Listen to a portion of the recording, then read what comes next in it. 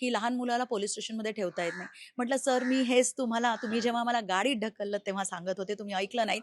आता आम्ही सगळ्यांना घेतल्याशिवाय नाही जाणार. इन्किलाब जिंदाबाद, विद्यार्थी एकता जिंदाबाद जिंदाबाद. हो हो टच नाही करायचं, टच नाही करायचं, टच नाही करायचं, टच नाही करायचं.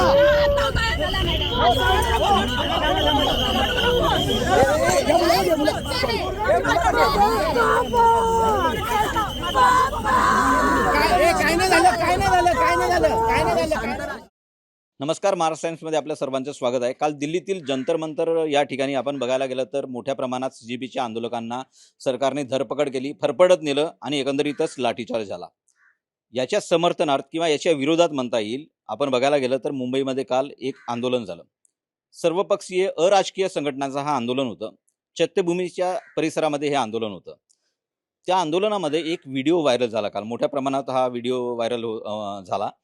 एक महिला पोलिसांसोबत संवाद साधत होती, मात्र तिचं ऐकलं जात नव्हतं. त्याच्यानंतरचा तो उद्रेक होता. माझ्यासोबत त्या महिला संध्या पानसकर सोबत आहेत. ताई, महाराष्ट्र टाइम्समध्ये तुमचं स्वागत आहे. काय झालं होतं काल?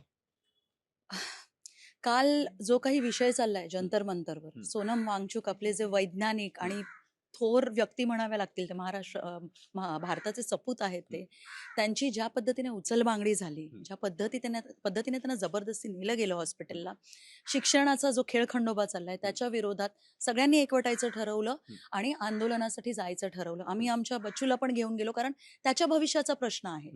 आज हे चाललंय, उद्या काय होईल माहित नाही. तिकडे गेल्यानंतर लक्षात आलं की ती जागा आहे तिथे जाऊच देत नाहीयेत आंदोलनाला, चैत्यभूमीला एंट्रीच करू देत नाहीयेत. आम्ही अंदाज घेत होतो, कारण गेल्यावर कळतच नव्हतं काय चाललंय. लोक सैरावैरा धावतायत, येणं जाणाऱ्या लोकांना पण कसंही पकडलं जातंय, खेचलं जातंय, धक्के मारले जात आहेत. आणि आम्ही तो अंदाज घेतोय की चाललंय काय, कारण आजपर्यंत आंदोलनाच्या जागेवर असं कधीच झालं नव्हतं. आजपर्यंत आम्ही आंदोलनाला जात होतो, गाणी म्हणत होतो, घोषणा देत होतो, आमचं म्हणणं मांडत होतो. रिपोर्टर्स येऊन आमचे इंटरव्ह्यूज घ्यायचे, म्हणणं ऐकून घ्यायचे, कारण लोकांपर्यंत पोहोचावा, आंदोलन विषय पोहोचावा. पण काल हे सगळं बघून आम्ही स्तब्ध झालो. आणि कारण लोक पोहोचले नव्हते सगळे. मी फोनाफोनी करते की काय चाललंय काय नाही. पोलीस येऊन सांगतात, मॅडम इथे नका थांबू, तिकडे थांबा. मी थोडी बाजूला झाले आणि आम्ही समोर होतो, कोटक बँकच्या समोर उभे होतो आम्ही. थोडं बाजूला झाले, पुन्हा 2-3 पोलीस आले, इथे नको तिकडे थांबा. म्हटलं, मला थोडा राग आला. म्हटलं काय झालं, इथे का नाही थांबायचं? नाही मॅडम, इथे तुमच्या प्रोटेक्शनसाठी सांगतोय आम्ही, प्रिव्हेन्शनरी आम्ही ऍक्शन घेतोय. म्हटलं कसलं प्रोटेक्शन, मला फोन करू द्या प्लीज, डिस्टर्ब करू नका. मी फोनवर बोलतेय तर मागून आवाज आला की ठीक आहे, महिला पोलिसांना बोलवा, ऐकत नाहीत त्यांना गाडीत पाठवा. तर मी फोन कंप्लीट केला आणि म्हटलं काय झालं, का पोलीस स्टेशनला नेताय? तर म्हणे नाही आम्ही तुला सांगतोय की प्रोटेक्शन देतोय आम्ही. म्हटलं नकोय प्रोटेक्शन. आणि मग माझ्या रागाचा उद्रेक झाला, कारण मी बघत होते येणं जाणारे लोक, कामावरून येणारे स्टुडंट लोक, संध्याकाळची वेळ शिवाजी पार्कला कॉलेज वैन युवक युवती येतात, कसंही पकडलं जात आहे, कसंही ओढलं जात आहे. मी म्हटलं कसलं प्रोटेक्शन, आम्हाला नकोय प्रोटेक्शन. आम्ही इतकी वर्ष मुंबईत जन्मलो, मुंबईत राहतोय, आजपर्यंत आम्हाला काही त्रास झाला नाही. आणि आम्ही जेव्हा प्रोटेक्शन हवं असतं तेव्हा पोलिसांकडे येतो, तेव्हा आम्हाला ते मिळत नाही. आम्हाला ज्युरिस्डिक्शनची कारणं दिली जातात, आम्हाला वेगवेगळी कायद्यांची कारणं दिली जातात, आणि आज सलग उचलताय कसंही.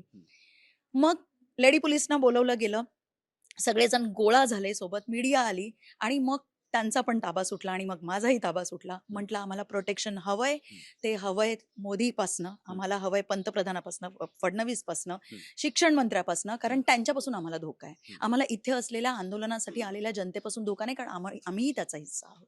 आणि हे बोलल्यानंतर मग त्यांनी ॲज अ प्रोसिजर हा शब्द वापरून मागून मिठी मारली. एका पोलीस महिलेने साईडने एकीने घेतलं, बाजूने मुलाला पकडलं. मी हेही सांगितलं, मला अरेस्ट करू नका, कारण लहान मूल सोबत आहे, ॲज पर प्रोसिजर तुम्ही नाही करू शकत. ते ऐकून घेतलं गेलं नाही आणि आम्हाला जबरदस्ती व्हॅनमध्ये ढकललं गेलं. आधी आम्हाला दोघांनाच घेऊन जात होते, मला आणि बच्चूला. एकीकडे त्याच्या बाबाला त्यांनी ज्या पद्धतीने ओढलं आणि धक्का देऊन नेत होते, मुलगा माझा घाबरला, तो रडायला लागला, पण त्याचाही फरक पडला नाही. एका मीडिया पर्सनने म्हटलं, बाळा घाबरू नकोस, आम्ही तुझ्या सोबत आहोत. पण पोलीस तरीही नेत होते. गाडीत बसवल्यावर ते आम्हाला दोघांनाच नेत होते. त्यांच्या लक्षात आलं कदाचित हे नंतर त्यांच्या अंगलट येऊ शकतं. मग त्यांनी ज्या मुली माझं ऐकून बघायला आल्या की काय झालं, त्यांनी त्या मुलींना उचललं, ज्यातल्या काही कॉलेज गोईंग युवती होत्या, काही कामावरून आलेल्या होत्या. अगदी म्हणजे काही न विचारता त्यांना आत घेतलं. त्या म्हणतात, पण आम्ही काहीच नाही करत, आम्ही उभ्या आहोत, आम्ही बोलतोय, बघतोय एकमेकांशी फक्त. नाही, त्या सगळ्यांना घेतलं आणि आम्हाला वरळी पोलीस स्टेशनला बरं आधी सांगितलं पण नाही कुठे नेतायत. मी जेव्हा विचारलं, की माझं मूल सोबत आहे आणि मला जाण्याचा अधिकार आहे. तुम्ही आम्हाला कुठे नेताय? मला सांगितलं शिवाजी पार्क पोलीस स्टेशनला नेतोय. खूप वेळ झाला म्हटलं एवढा वेळ लागत नाही शिवाजी पार्क पोलीस स्टेशनला. मला गल्ल्या-गल्ल्या माहिती आहेत मुंबईच्या. तर मग खूप वेळ त्यांचं हसणं चाललंय, बोलणं चाललंय. बोलत चांगले होते, पाणी देत होते, मुलाला काळजी घेत होते. पण मग म्हणाले आम्ही वरळी पोलीस स्टेशनला नेतोय. आणि म्हटलं माझं मिस्टर कुठे? कारण मुलगा घाबरलाय. त्याला बाबा हवाय त्याचा जवळ. म्हणे नाही ते आम्ही आता नाही सांगू शकत. मग शेवटी जेव्हा संदेशशी कॉलवर बोलणं झालं तेव्हा कळलं की त्यांना तिथेच थांबवलंय. 1 तासाने कळतं त्यांना दादरला नेलं. आम्हाला नेलं सांगितलं 15 मिनिटांनी तुम्हाला सोडू. आम्ही 4:30ला पोलीस स्टेशनला पोहोचलो. अर्धा तास लागला दादरहून वरळीला पोहोचायला जो लागत नाही. 4:30ला पोहोचल्यानंतर आम्हाला वर आम्ही 5 महिला होतो आणि एक बच्चू माझा. आम्हाला वर वेगळ्या रूममध्ये बसवलं. नावं पत्ते घेतले. नंतर काही कार्यकर्त्यांशी बोलणं झालं. त्यांनाही तिथेच आणलं पण त्यांना खाली मोठ्या हॉलमध्ये एकत्र बसवलं. मी हाही प्रश्न केला की आम्हाला एकत्र बसू द्या. कारण मुलगा घाबरलाय, या सगळ्या मुली ओळखीच्या नाहीयेत. पण खाली कार्यकर्त्यांमध्ये ओळखीचे लोक आहेत, तर मुलगा थोडा सेटल होईल, तर आम्हाला तिकडे जाऊ द्या. म्हणे नाही मॅडम, ॲज पर प्रोसिजर नाही. म्हटलं तुम्ही खूप वेगळ्या प्रोसिजर लावताय आज. पण ठीक आहे, आम्ही कोऑपरेट केलं. अर्धा तास, 1 तास म्हणत 6:30ला मला सांगितलं गेलं की तुम्ही आणि मला खाली बोलवलं सिनियरच्या ऑफिसमध्ये, केबिनमध्ये, आणि मला सांगितलं की तुम्ही आणि तुमचा मुलगा जाऊ शकता. मी म्हटलं नाही, आम्ही सगळे एकत्र आलोय तर आम्ही एकत्र जाणार. म्हणणे आम्हाला वरून ऑर्डर आहेत की लहान मुलाला पोलीस स्टेशनमध्ये ठेवता येत नाही. म्हटलं सर मी हेच तुम्ही जेव्हा आम्हाला गाडीत ढकललं तेव्हा सांगत होते, तुम्ही ऐकलं नाहीत. आता आम्ही सगळ्यांना घेतल्याशिवाय नाही जाणार. कारण मला काळजी होती, तिथे नवीन मुली होत्या, बऱ्याच तरुण मुली होत्या ज्या पहिल्यांदा आलेल्या आंदोलनाला. काही ट्रान्सजेंडर व्यक्ती पण आमच्यासोबत होत्या. मला भीती होती की जर मी तिथून हल्ले तर त्यांच्याबरोबर काय होईल माहीत नाही. आणि मला त्यांची सुरक्षितता जास्त महत्त्वाची वाटली, कारण मला आंदोलनांचा अनुभव आहे आणि ते पहिल्यांदा आले होते. म्हणून मी तिकडे थांबले. जोपर्यंत त्यांना, म्हणजे आम्हाला काहीतरी 8 वाजता त्यांनी सोडलं. ते पण आम्ही खूप मागे लागलो की सूर्यास्तानंतर तुम्ही महिलांना थांबू देऊ शकत नाही. आम्ही त्यांना सांगितलं तुम्ही कायद्याने वागताय, आम्ही कॉपरेट करतोय, मग आता 6 वाजल्यानंतर आम्हाला सोडा. ते म्हणाले नाही, वरून ऑर्डर्स आहेत. आम्ही त्यांना हे पण म्हटलं की वरून म्हणजे डायरेक्ट पंतप्रधान ऑर्डर देतात का तुम्हाला? कारण कायदा फॉलो करताय म्हणून तुम्ही इथे आणलत, ज्युरिस्डिक्शनचे नियम पाळले नाहीत आणि आता तुम्ही सांगताय वरून ऑर्डर आहे. आता आम्ही कॉपरेट नाही करणार. म्हणून आम्ही सुरू केलं, आम्ही उभ्या राहिलो, आम्ही फोन काढले. मग आमचे फोन पण घेत होते. आम्ही दिले नाही कारण म्हटलं आम्ही महिला आहोत, आमची सुरक्षितता म्हणून फोन ठेवण्याचा अधिकार आम्हाला आहे. आम्हाला सांगितलं व्हिडिओ करू नका. आम्ही म्हटलं नाही करणार व्हिडिओ नाही केले. पण मग 6 वाजल्यानंतर आम्ही फोन हातात घ्यायला 7 वाजल्यानंतर सुरुवात केली. मग त्यांनी थोड्या वेळाने एक अर्ध्या तासानंतर मग सांगितलं की आता तुम्ही जाऊ शकता. पण खाली जे लोक होते त्यांना सोडत नव्हते. मग त्यांनी घोषणा वगैरे दिल्या. बराच काही गोंधळ झाला. आमच्यासोबत जॉय भोसले मॅडम होत्या, त्या भेटायला गेल्या सिनियरला. त्यांना समजवलं की बघा मुंबई पोलिसांची आजपर्यंत चांगली इमेज आम्ही आमच्या मनात ठेवली आहे. आताही तुम्ही कोऑपरेट केलत, ती दिल्ली पोलिसांसारखी होऊ देऊ नका. ह्या वाक्यावर आम्ही कायम राहिलो आणि तेव्हा कुठे जाऊन 8:30 पावणे 9ला त्यांनी आम्हाला जायला सांगितलं. 8:30-9 नंतर तुमची सुटका एकंदरीत झाली. पण त्या व्हिडिओमध्ये, कालच्या ज्या व्हिडिओमध्ये तुमचा मुलगा फार घाबरलेल्या मनस्थितीत होता. कसं सेटल केलं रात्री? खूप अवघड होतं कारण माझं पूर्ण लक्ष त्याच्याकडे होतं. मी आजपर्यंत बऱ्याच आंदोलनात सहभागी होते, पण मी घाबरले नाही कधीही, कारण ही लढाई आपल्या सगळ्यांची आहे. माझ्याकडे कदाचित पैसे आहेत त्याच्या शिक्षणासाठी, पण मी ज्या लोकांबरोबर वस्तीत काम करते, मी काय NGO मध्ये कार्यकर्ती आहे, त्यांच्याकडे काहीच नाहीये. तर मला वाटतं त्या सगळ्यांसाठी आपण गेलं पाहिजे. पण काल त्याची जी अवस्था झाली, त्याला श्वास लागत होता, तो प्रचंड रडत होता, तो घाबरला होता. मला वाटतं एक माणुसकी म्हणून इतकं केलं पाहिजे होतं पोलिसांनी की ॲटलिस्ट आम्हाला एकत्र राहू दिलं पाहिजे होतं. तो सतत हे म्हणत होता की आई बाबाला मारतायत, मी बघितलं, मला त्याच्याशी बोलायचंय, त्याला खूप मारतील. त्याला हेही कळतं आई तो पुरुष आहे आणि तो हट्टकट्ट आहे, त्याला जास्त मारतील, कारण त्याने जंतर मंतरचा तर येलो टी शर्टच्या माणसाचा व्हिडिओ बघितला होता. तर त्याला मग त्या सगळ्या मुली आणि मी मिळून शांत केलं. पोलीस ज्या महिला होत्या त्यांनी पण खरंच चांगलं कोऑपरेट केलं. त्या पाणी आणून देत होत्या, तो घेत नव्हता, तर त्या मला सांगत होत्या तुम्ही समजवा. मग मी बाबाशी बोलणं करून दिलं, त्याचं काही अजून कार्यकर्त्यांशी बोलणं करून दिलं की त्याला शांत करा. तरीही त्याचा चेहरा नॉर्मल होतच नव्हता. शेवटी जेव्हा सिनियर PIनी खाली बोलवलं भेटायला, त्याला ते प्रश्न करत होते, तू कोणत्या शाळेत आहे काय, त्याला नॉर्मल करायला, पण तो होत नव्हता. त्याचं सतत म्हणणं होतं की मला घरी घेऊन चल, मला भीती वाटते इथे.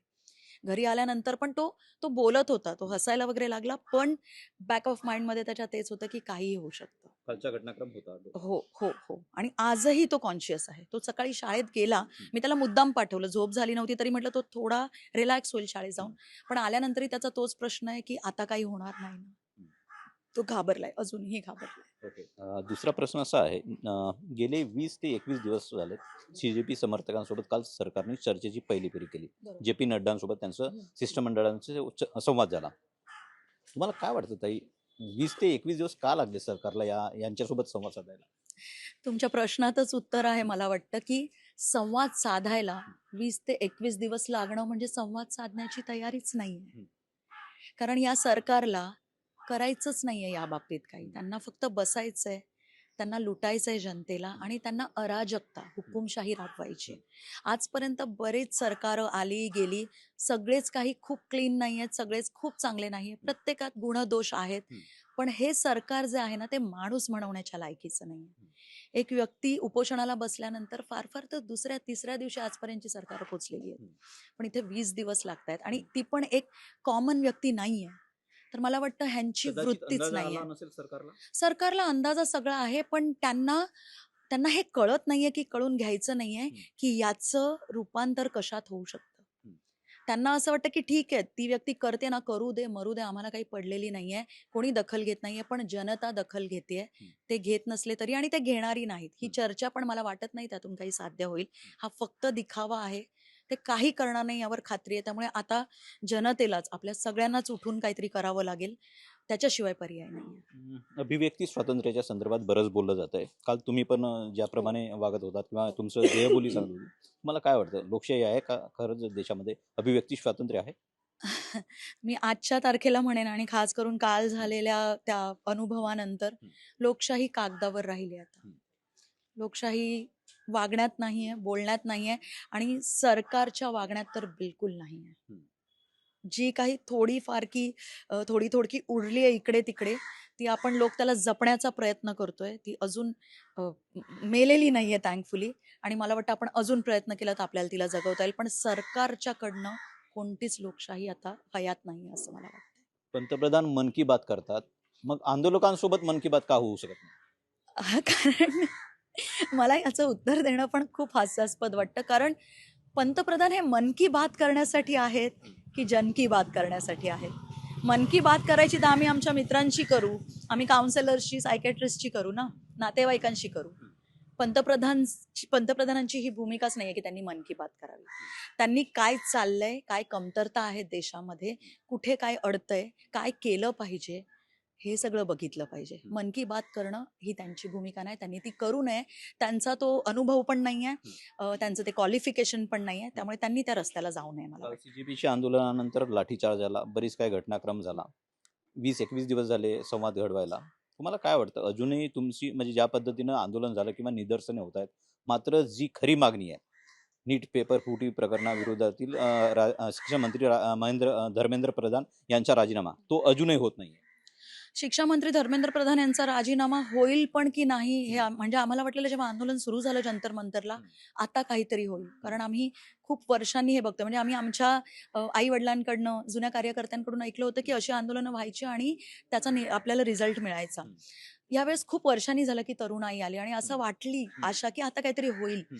पण ज्या पद्धतीने 20 दिवस लागले तुमच्या मगासच्या प्रश्नाप्रमाणे, त्या पद्धतीने धर्मेंद्र प्रधानचं काही होईल असं दिसत नाहीये. त्यामुळे अभिजित दिपके ज्या पद्धतीने म्हणाले की आता धर्मेंद्र प्रधानचा नाही तर पंतप्रधान मोदींचा राजीनामा अपेक्षित आहे, माझंही तेच म्हणणं आहे की आता हे सरकारच बरखास्त झालं पाहिजे. आता कोण्या एका व्यक्तीचा राजीनामा हे ध्येय नसलं पाहिजे. धन्यवाद ताई आमच्याशी संवाद साधल्याबद्दल. एका व्यक्तीचा राजीनामा नाही तर एकंदरीतच सिस्टम विरोधात संध्या पानसकर यांनी आपली मते व्यक्त केली. मी कुमार टेंबरे, महाराष्ट्र टाइम्स ऑनलाईन, मुंबई.